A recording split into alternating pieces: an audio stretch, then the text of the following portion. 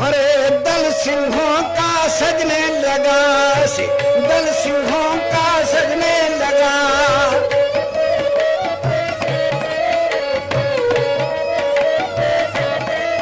हरे गड़ गड़ गड़ गड़ गड़ गड़ गड़ ड्रांग ड्रांग रणजीत नकारा बजने लगा।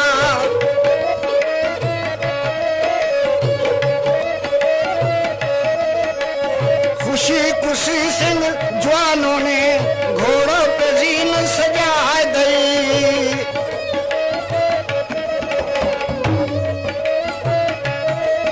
अरे और भी जो जो चीज जरूरी थी वो भी संग खा ली।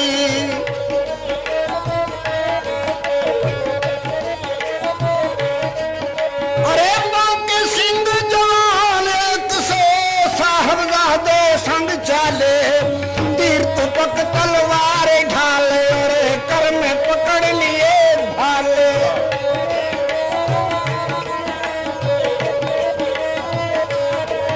अरे आज्ञा पाकर फौरन सिंह घोड़ों पे कूदे सवार बने। देखो देखो दिन गरीबों के कैसे हम खार बने।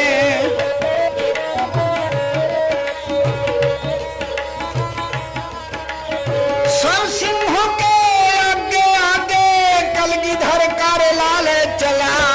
खुशी हुए तब सिंह सभी नारा सत श्री अकाल बुला।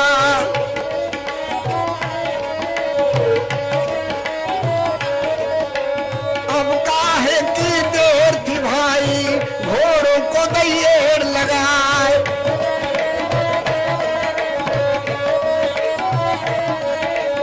आधी रात कुछ बीत गई थी, बसी गांव में पहुंचे जाओ।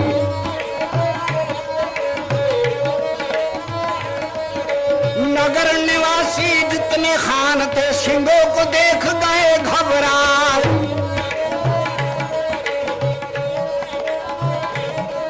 अरे हाथ जोड़ कर कहने लगे, हो जिसका दोष उसे दियो सजाए।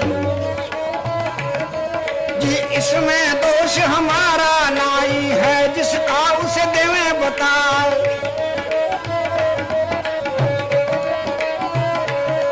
अरे साबर खान गढ़ी वाले हैं, दोषी उनके बिना कोई ना है। इतना सुनकर साहबजादे ने सिंहों से कहा फरमाए।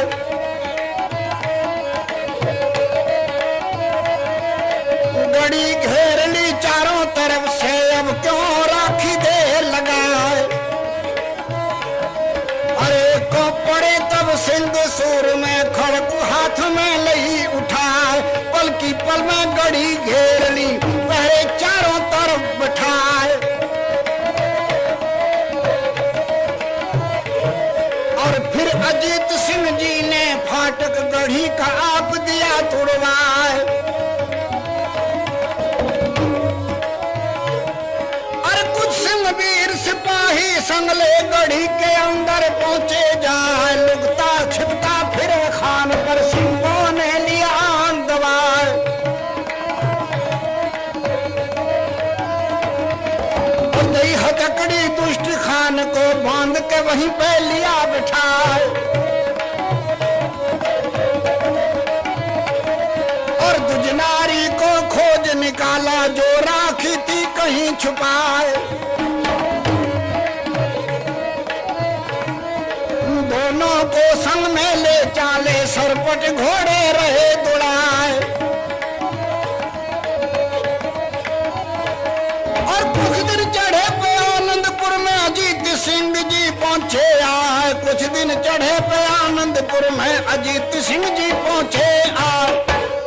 प्यारे भाइयों, सुबह होते होते साहबजादा अजीत सिंह इस देवदास की स्त्री को एक घोड़े पे बिठाकर और घोड़े के चारों तरफ 5 सिंहों को लगाकर, एक दूसरे घोड़े पर देवदास को बिठाकर और एक तीसरे घोड़े पर जाबर खां को कस के बांध करके आनंदपुर में ले आए और गुरु महाराज के दरबार में पेश किया।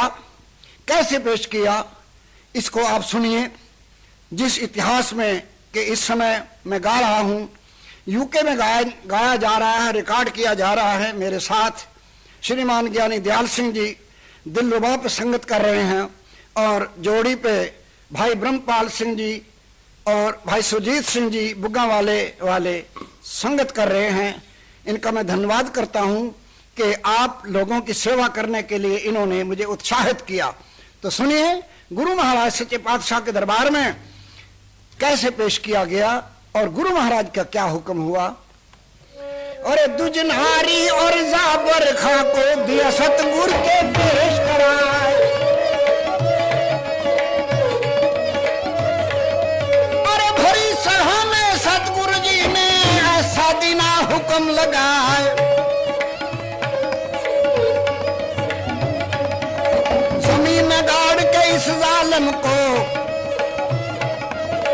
जमीन में गाड़ के इस जालिम को तीरों से दी जो बिंधवाए।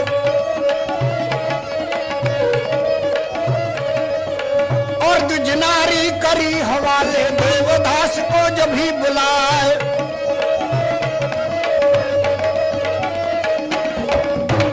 दीन बंधु सतगुरु बोले ओ देवदास सुन काने लगाए।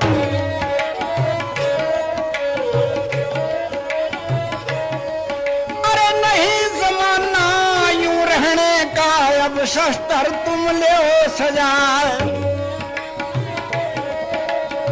अपनी भी इज्जत राखो और गैरों की भी लियो बचाए।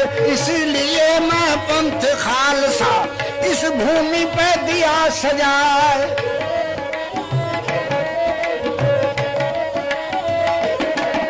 यही खालसा राज करेगा, ताकि कोई भी ठहरे ना।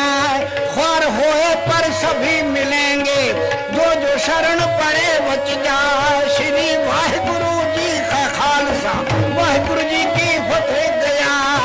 श्री वाहिगुरु जी का खालसा, वाहिगुरु जी की फतेह गया।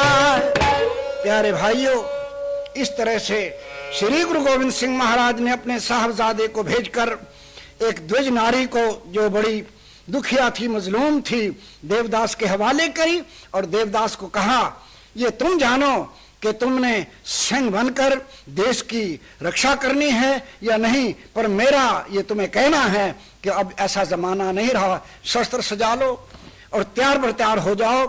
अगर खालसा सज सको तो तुम अपनी भी इज्जत रखोगे और देश की भी इज्जत के रखवाले बनोगे। इस प्रसंग को यही समाप्त करते हुए मैं भी आपसे फतेह बुलाता हूँ और ये उम्मीद रखता हूं कि जहां कहीं इस इतिहास को सुनेंगे, सुनाएंगे, जिससे कि धर्म का प्रचार हो। फतेह बुलाओ। वाहिगुरु जी का खालसा, वाहिगुरु जी की फतेह। प्यारे भाइयों, अभी ये आपने इतिहास सुना, जिस श्री गुरु गोविंद सिंह महाराज ने इतने परोपकार किए, उनके दिल के इरादे और उनकी जो आत्मा थी वो क्या कह रही है। एक प्रभु की ओट में वो जीते हैं, एक प्रभु का आसरा लेते हैं और दुनिया को भी उसी का आसरा पकड़ाते हैं। और यूं कहते हैं कि मैंने तो जब अपने प्रभु के चरण पकड़ लिए, किसी की तरफ नहीं देखा और मेरी आंख किसी की तरफ उठती भी नहीं। क्या कहते हैं, पाएंगे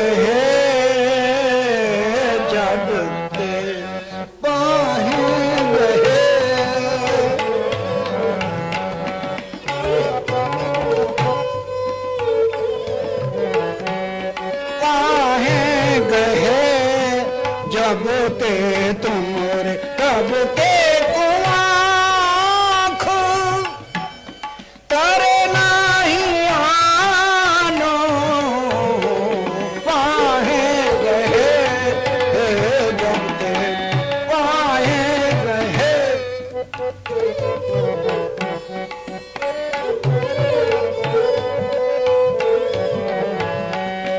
पाहे गए जब ते